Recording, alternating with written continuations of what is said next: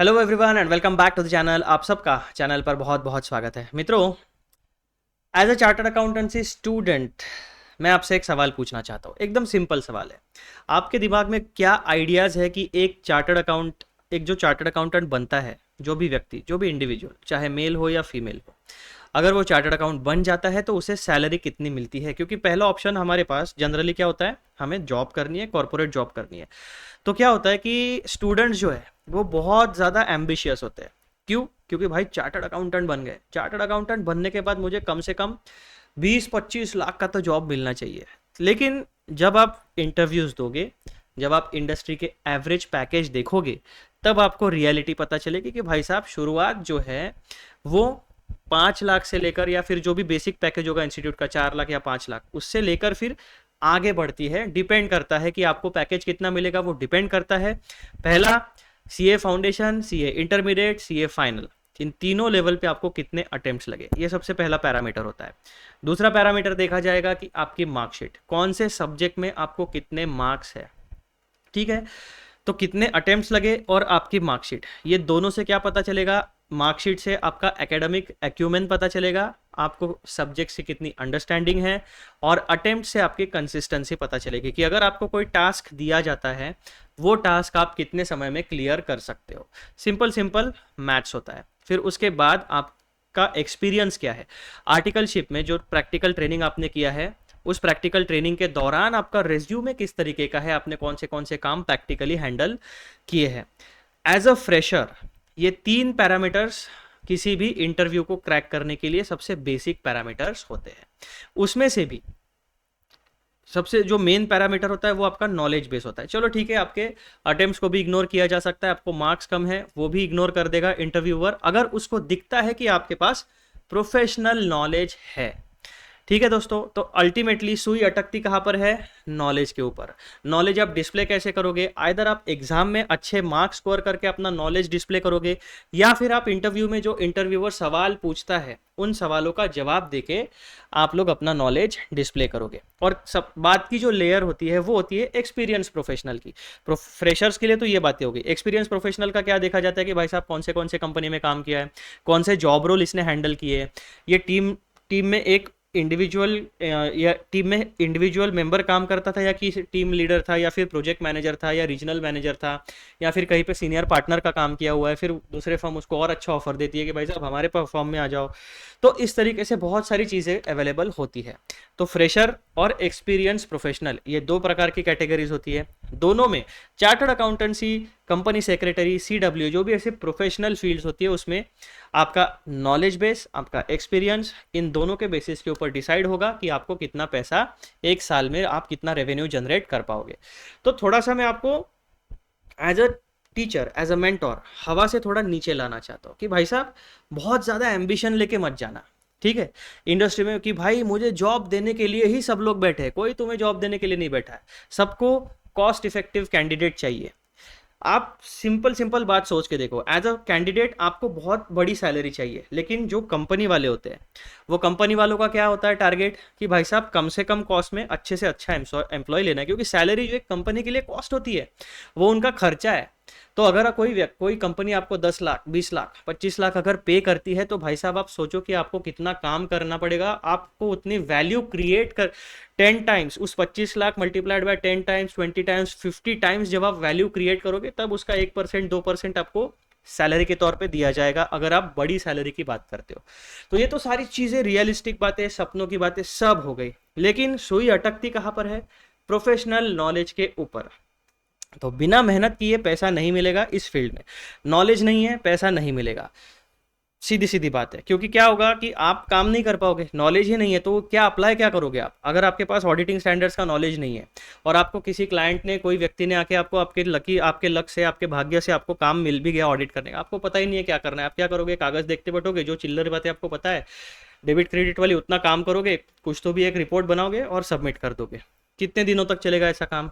आगे वाले जो व्यक्ति होते हैं उन्हें कॉम्पिटिटिव सिनेरियो में अपने बिजनेस को सस्टेन करना होता है, तो उन्हें अच्छे क्वालिफाइड ऑडिटर्स की ज़रूरत होती है। तो मेहनत करो, प्रोफेशनल नॉलेज क्रिएट करो, एक्सपीरियंस बनाओ, एंड देन मोटा पैसा यानी बड़ा पैसा कमाने के आप लायक बनोगे। तो वो जो लायक बनना है हमें, वो यही से शुरुआत होता है।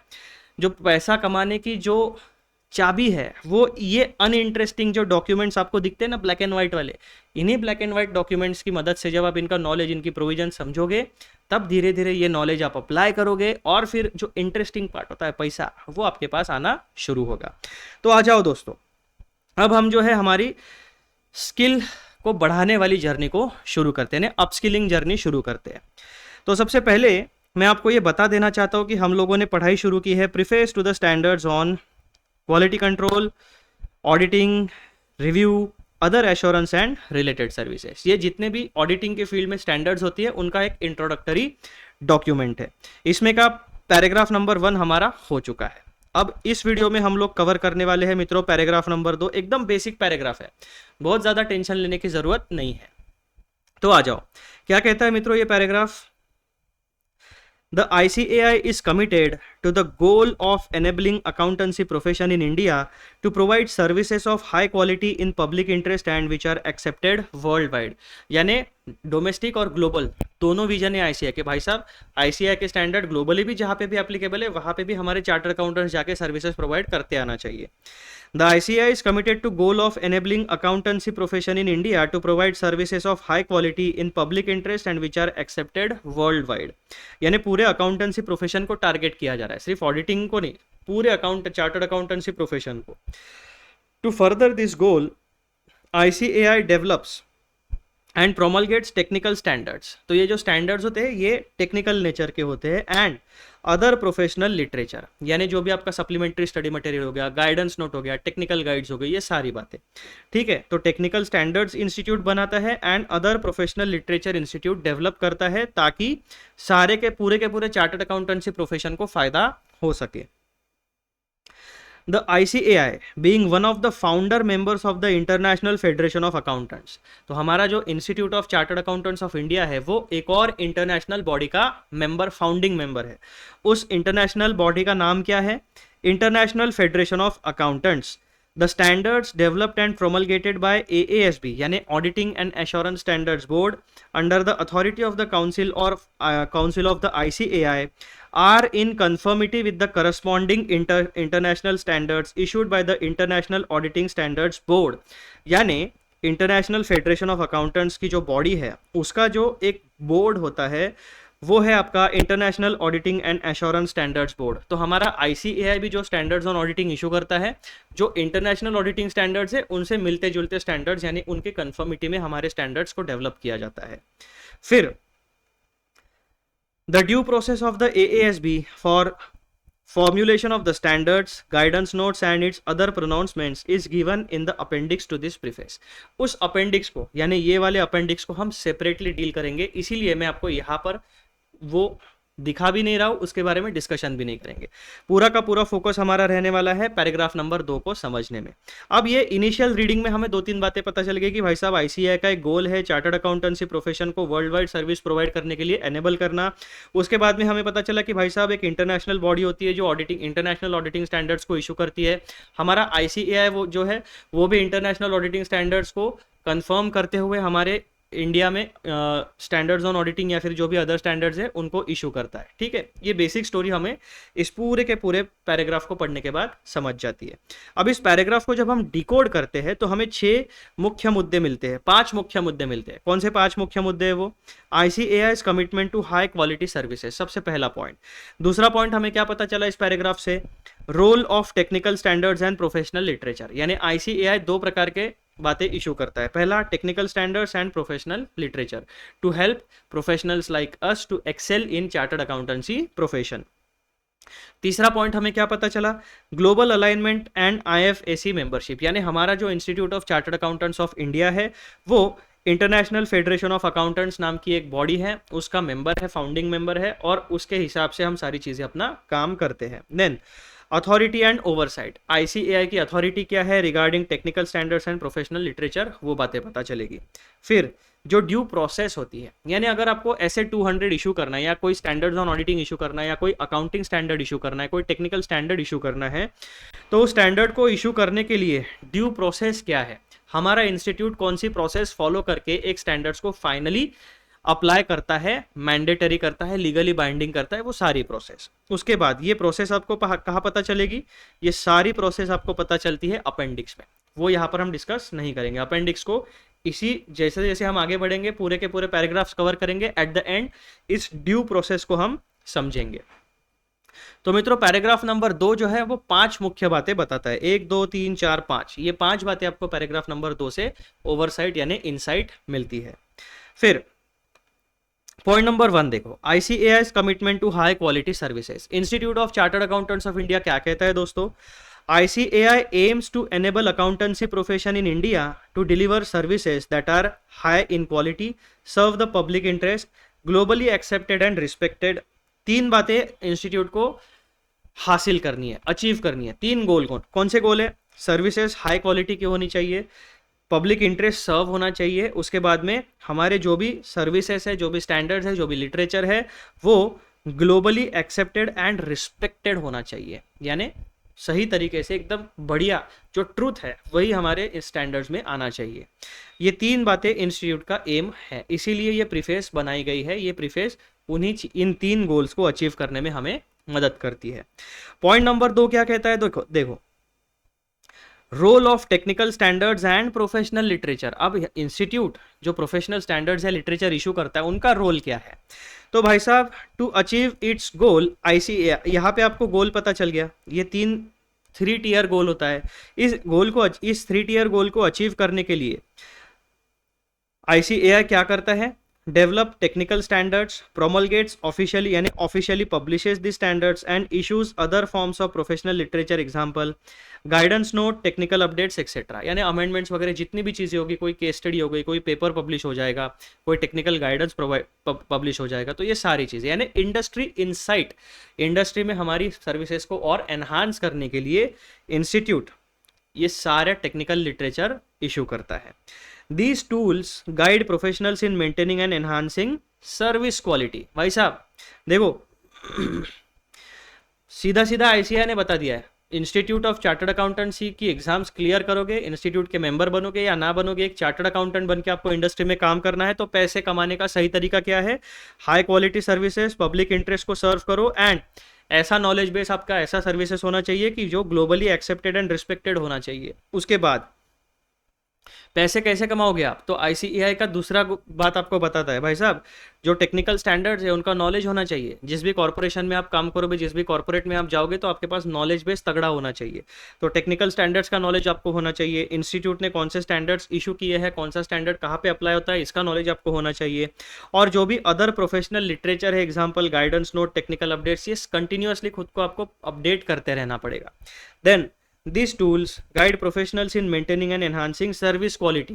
तो जितनी ज़्यादा आप अपनी क्वालिटी बढ़ाओगे, सर्विसेज की क्वालिटी बढ़ाओगे, उतना ही ज़्यादा आपका पैसे कमाने का, मनी अर्निंग पोटेंशियल बढ़ते जाएगा। सिंपल डायरेक्ट रिलेशनशिप है।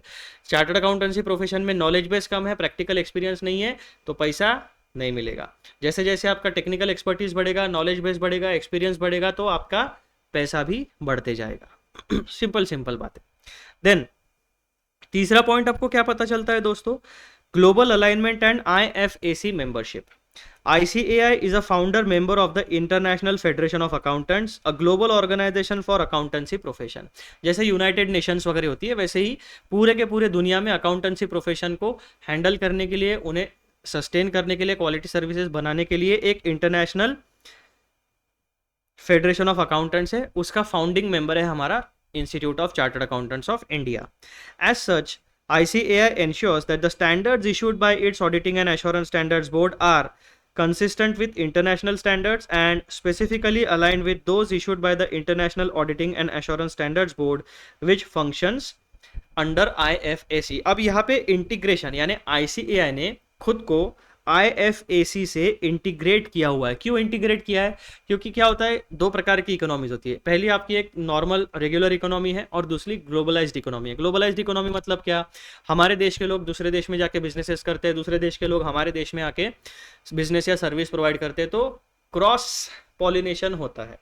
यहाँ के लोग वहाँ जाते हैं, वहाँ के लोग यहाँ आते हैं, बिजनेस वहाँ का यहाँ पे आता है, यहाँ के रूल्स फॉलो करने पड़ते हैं, और क्या होता है फाइनली फॉर एग्जाम्पल जैसे कोई यूएस बेस्ड कंपनी है, फॉर एग्जाम्पल गूगल। अब गूगल के बहुत सारे देशों में ऑपरेशंस चलते हैं, है ना, बिजनेस ऑपरेशंस चलते हैं, इंडिया में भी चलता है। तो गूगल का हेड ऑफिस कहाँ पे चले गया?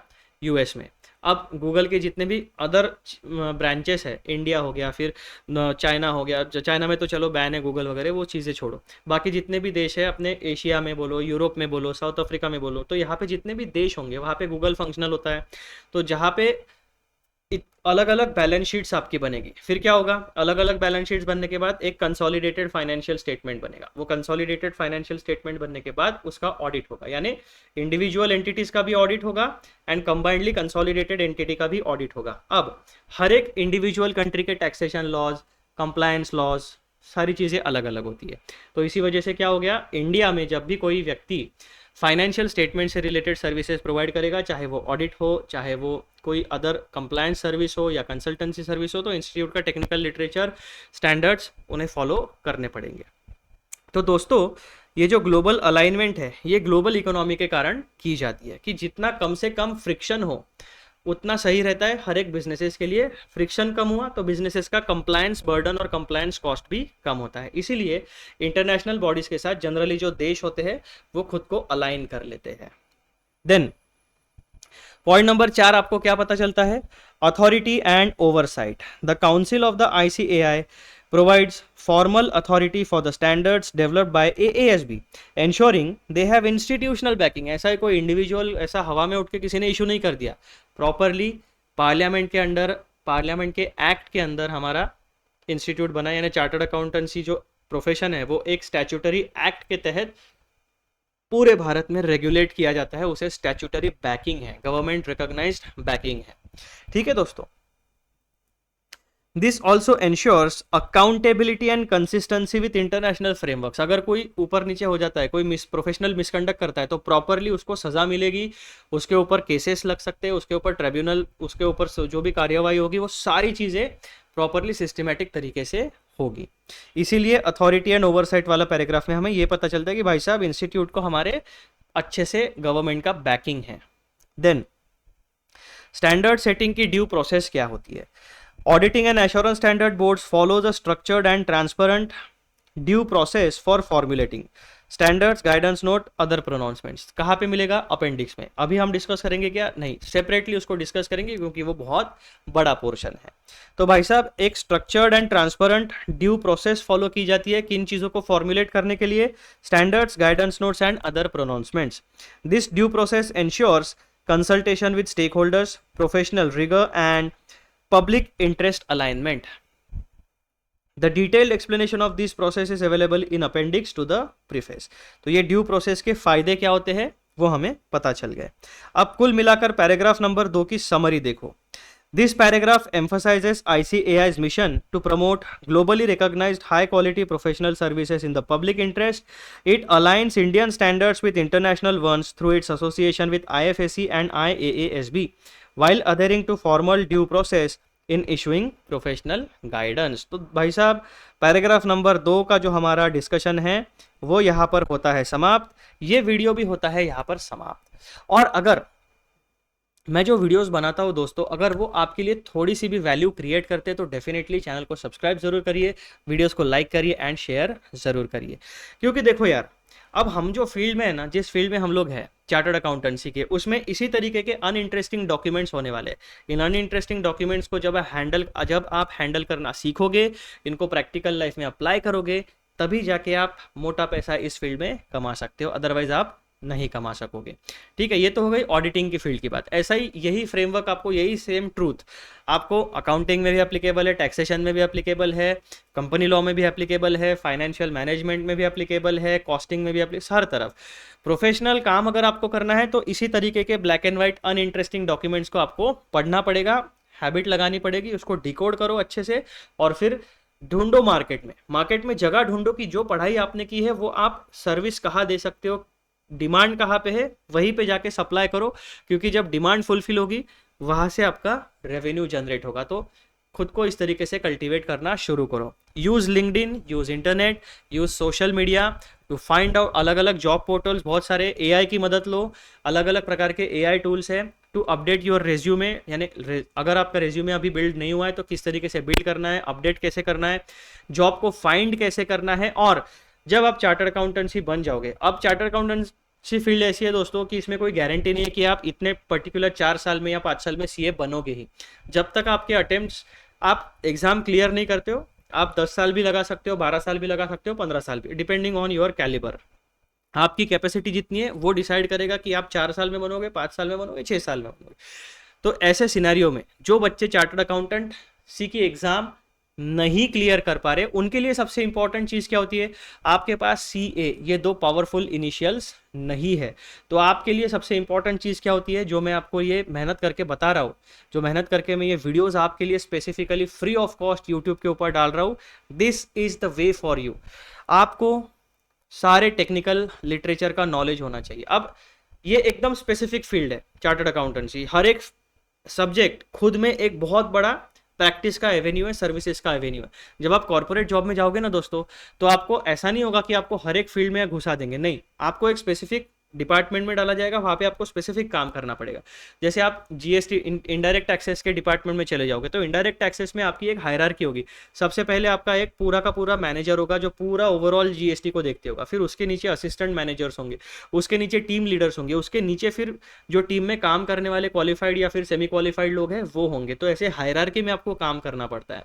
तो हो सकता है कि आपको जीएसटी का, अगर आपको इनडायरेक्ट टैक्सेशन में काम मिलता है तो कुछ जीएसटी के सर्टन कंप्लायंसेस का काम मिले आपको, फिर वहाँ पे आपको जीएसटी के जो गवर्नमेंट के पोर्टल्स है उसका नॉलेज होना चाहिए, एक्सेल, MS एक्सेल यूज करते आना चाहिए, MS वर्ड यूज करते आना चाहिए, PPT बनाते आना चाहिए, फाइनेंशियल एनालिसिस आपको आना चाहिए, ये बेसिक चीजें आपको आनी चाहिए। जब आप मैनेजरियल लेवल पे जाते हो तो मैनेजर को क्या देखना पड़ता है, पूरा का पूरा जीएसटी का अगर मॉड्यूल है, वो स्पेसिफिक मॉड्यूल या प्रोडक्ट, उस फॉर एग्जांपल फिर आपको देखना पड़ेगा कि आपकी एंटिटी कौन से प्रोडक्ट या कौन सा सर्विस प्रोवाइड करती है, उस प्रोडक्ट या सर्विस को जीएसटी के कौन से प्रोविजंस एप्लीकेबल होते हैं, उन पूरे सर्विसेज का एक पोर्टफोलियो आपको बनाना पड़ेगा और ईयरली कैलेंडर बना के फिर अपने टीम मेंबर से वो काम करा के लेना पड़ेगा कि भाई साहब कंप्लायंस की डेट आ रही है, ड्यू डेट आ रही है, ये डेट को हमें ये कंप्लायंसेस करने, इस तरीके की रिपोर्ट्स मैनेजमेंट के लिए बनानी है।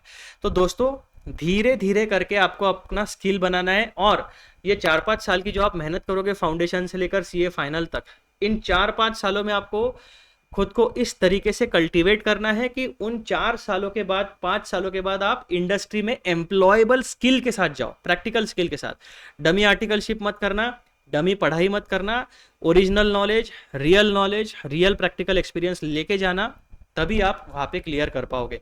और मुझे पता है कि बहुत वॉल्यूम होता है पढ़ाई करने का, सीए फाउंडेशन में भी आपको लगता है बहुत वॉल्यूम है, सीए इंटरमीडिएट में भी लगता है भाई कितना पढ़ना पड़ता है, फाइनल में तो छोड़ दो बहुत ही ज़्यादा पढ़ना पड़ता है, उसमें मैं कोई डिस्प्यूट नहीं कर रहा हूँ। लेकिन फिर भी इतनी पढ़ाई करने के बाद भी अगर हमें अच्छा जॉब नहीं मिल पा रहा है तो कुछ ना कुछ तो कमी हमारे साइड में भी होगी। तो उस कमी को दूर करो और सही डायरेक्शन में खुद को पुट अप करो। तो ये जो सीरीज़ हम लोग डेवलप करते हैं, और मैं तो स्पेसिफिकली ऑडिट के लिए आपको पूरी की पूरी हेल्प कर रहा हूँ, ये वीडियोस अगर आपको जेन्युइनली वैल्यूएबल लगते हैं तो यार प्लीज़ जेन्युइनली चैनल को सब्सक्राइब करो, थोड़ा सपोर्ट मुझे दिखाओ। क्योंकि क्या होता है, चैनल की जो थोड़ी सी ग्रोथ है ना, वो हो नहीं पा रही है जितनी मुझे चाहिए, जिस तरीके से चैनल ग्रो करना चाहिए। तो अगर आपके कोई भी सीए इंटरमीडिएट या फाइनल जो भी स्टूडेंट्स होंगे, जो भी इंडस्ट्री प्रोफेशनल्स होंगे, जिनको ऑडिट स्टैंडर्ड्स सीखने की इच्छा है, उनके लिए ये चैनल बहुत सही जगह है। यहाँ पर हर एक स्टैंडर्ड का हर एक पैराग्राफ हम लोग सही तरीके से शांति से डिकोड करेंगे। अब यहाँ पे जो पैराग्राफ नंबर 1, पैराग्राफ नंबर 2 थे, एकदम बेसिक थे, इसमें बहुत ज़्यादा एक्सप्लेन करने जैसा कुछ नहीं था, इसलिए हमने उसको क्विकली कवर अप कर लिया। आगे वाले जैसे जैसे जैसे स्टैंडर्ड्स आगे बढ़ेंगे फिर आपको रियल मज़ा आना शुरू हो जाएगा, आपको इंटरेस्टिंग लगेगा बहुत सारी चीज़ें। चलो, तो यहाँ पर मैं ये वीडियो रोकता हूँ और अगले